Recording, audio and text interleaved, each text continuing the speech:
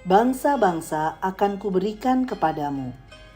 Mintalah kepadaku, maka bangsa-bangsa akan kuberikan kepadamu menjadi milik pusakamu, dan ujung bumi menjadi kepunyaanmu.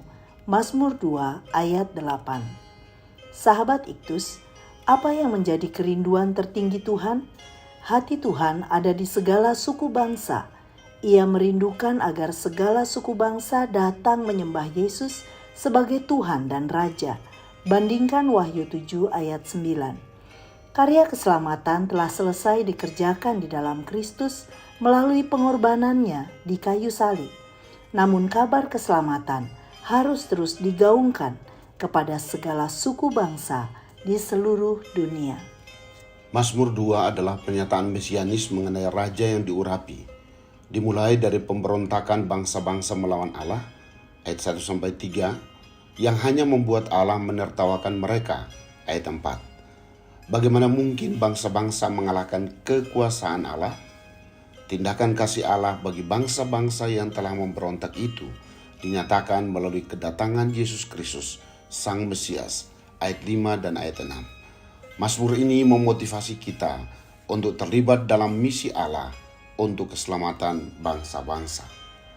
1. Yesus Kristus adalah Raja yang diurapi, ayat 7. Frasa anakku, engkau telah kuperanakan pada hari ini, dikutip dalam Ibrani 1 ayat 5, untuk membuktikan bahwa Yesus Kristus mempunyai nama yang lebih unggul daripada malaikat-malaikat dan semua nama yang ada di bumi, bahwa nama itu dikaruniakan kepadanya karena dia adalah anak Allah, anak tunggal Bapa. Yohanes 1 ayat 14. Dan Bapa menyatakan ini kepada dunia sebagai alasan mengapa ia dilantik sebagai raja di atas gunung Sion yang kudus.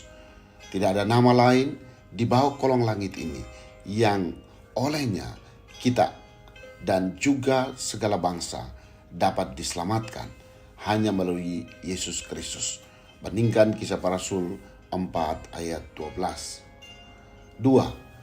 Yesus Kristus adalah Raja yang berkuasa, ayat 8 dan 9. Mintalah padaku, maka bangsa-bangsa akan kuberikan sebagai milik pusakamu. Merupakan pemberian otoritas ilahi kepada Raja yang diurapi, Yesus Kristus. Hal ini tergenapi ketika ia menyampaikan pesan terakhir sebelum naik ke sorga, yang diawali dengan pernyataan, kepadaku telah diberikan segala kuasa di sorga dan di bumi. Bandingkan Matius 28 ayat yang ke-18.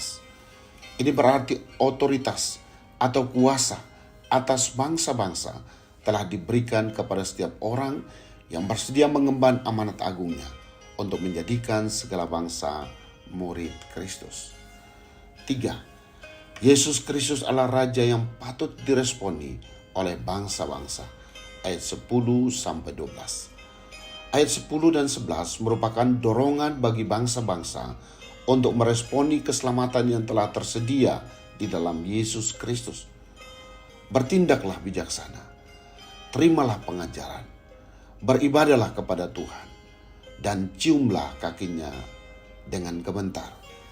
Semua ini merupakan satu-satunya jalan yang melepaskan bangsa-bangsa dari kebinasaan dan murka Allah yang menyala. Kebenaran ini seharusnya mendorong kita untuk sungguh-sungguh berdoa agar bangsa-bangsa membuka hati bagi Yesus, hingga kelak kita dapat melihat segala suku menyembah Yesus Sang Raja. Sahabat Iktus yang dikasihi Tuhan, apakah aku meyakini bahwa keselamatan bagi bangsa-bangsa hanya ada di dalam nama Yesus?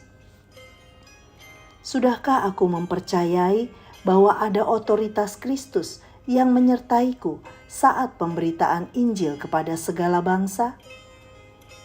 Apakah aku mendoakan bangsa-bangsa agar membuka hati untuk menyembah Yesus sebagai Raja? Tuhan Yesus, Engkaulah Mesias, Raja yang diurapi, yang berkuasa di sorga dan di bumi. Terima kasih karena hanya di dalam nama-Mu ada keselamatan. Tolong aku ya Tuhan, agar memiliki semangat yang berkobar untuk memberitakan kabar keselamatan kepada segala bangsa. Aku percaya bahwa kuasa yang maha tinggi menyertaiku dalam mengemban tugas ini, hingga segala suku bangsa menyembah-Mu. Amin. Kabar keselamatan di dalam Kristus harus disampaikan kepada bangsa-bangsa.